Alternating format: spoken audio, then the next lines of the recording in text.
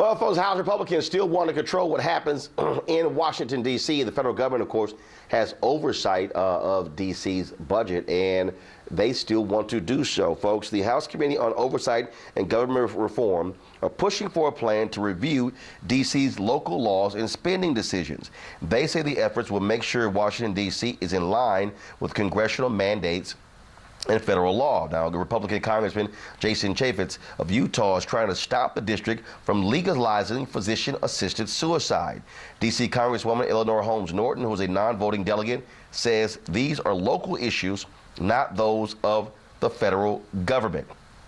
Quote, the 680,000 Americans living in the District of Columbia deserve to have their local laws respected. The attack on D.C.'s right to self-government is compounded by the fact that D.C.'s Death with Dignity Act is substantially similar to the laws of the 5 states that legalize medical aid in dying by statute and contains strong safeguards that protect against any potential abuses of the program. Last month, Congressman Chaffetz warned D.C. Mayor Muriel Bowser that her plan to use tax dollars to defend immigrants from deportation could violate federal law. White House Press Secretary Sean Spicer says if the bill gets passed in both houses, the administration will issue a statement on the policy, but he says lawmakers are nowhere near taking those steps. Joining us right now is Vincent Gray, D.C. Councilman, former mayor of D.C. as well.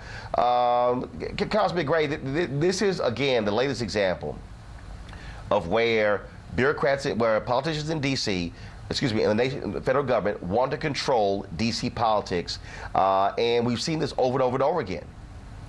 Absolutely. It is incredibly offensive. We have the ability to govern ourselves. We just don't have the authority to be able to do that, Roland. We have 681,000 people who live in the District of Columbia. We have more people living in our city than live in the entire state of Wyoming, live in the entire state of Vermont. And we pay more federal taxes, frankly, than 22 other states. Yet we don't seem able to win the respect that we deserve, like the respect that's enjoyed by all other Americans. And it's time for that to stop. And we see these games being played, again, we're trying to control by the purse strings, and that's what we see happening here again. Well, absolutely. And again, you look at the District of Columbia, we are very, very sound financially. We probably have a greater fund balance, a greater bank account than most states in the nation. We work very hard to be able to get ourselves to this point. And yet, again and again, we see interference in our ability to be able to live just like other Americans do.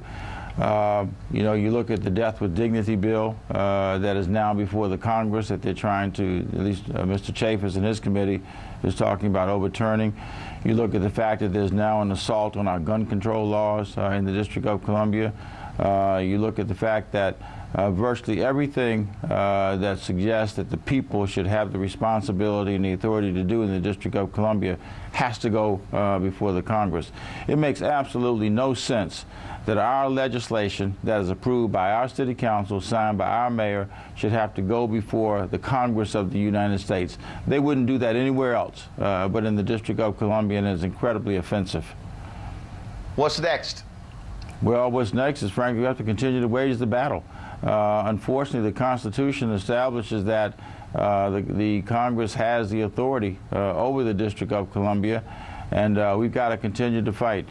As mayor, I faced a situation in which we had intervention by then Speaker Boehner around the reproductive rights of women in the District of Columbia.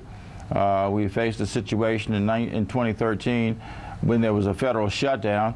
There was an effort to try to shut down the District of Columbia, saying that because our budget at that time had to be approved by the Congress of the United States, we had to shut down also, Roland. The reality is that we raise our own money. We have income taxes that are paid by our people. We have property taxes that are paid by our people. We have sales taxes that are paid by our people. We support this city in the same way that other states support themselves. Yes, we get federal money, except we get federal money in the same way that other states get their federal money. So there is no difference in how we generate our money to be able to support ourselves. All right, Councilman Vincent Gray, we surely appreciate you joining us. Thanks a lot. Thank you. Kickstart your day at 7 and get the news you need from the perspective you want. NewsOne Now with Roland Martin. every weekday morning at 7 on TV 1.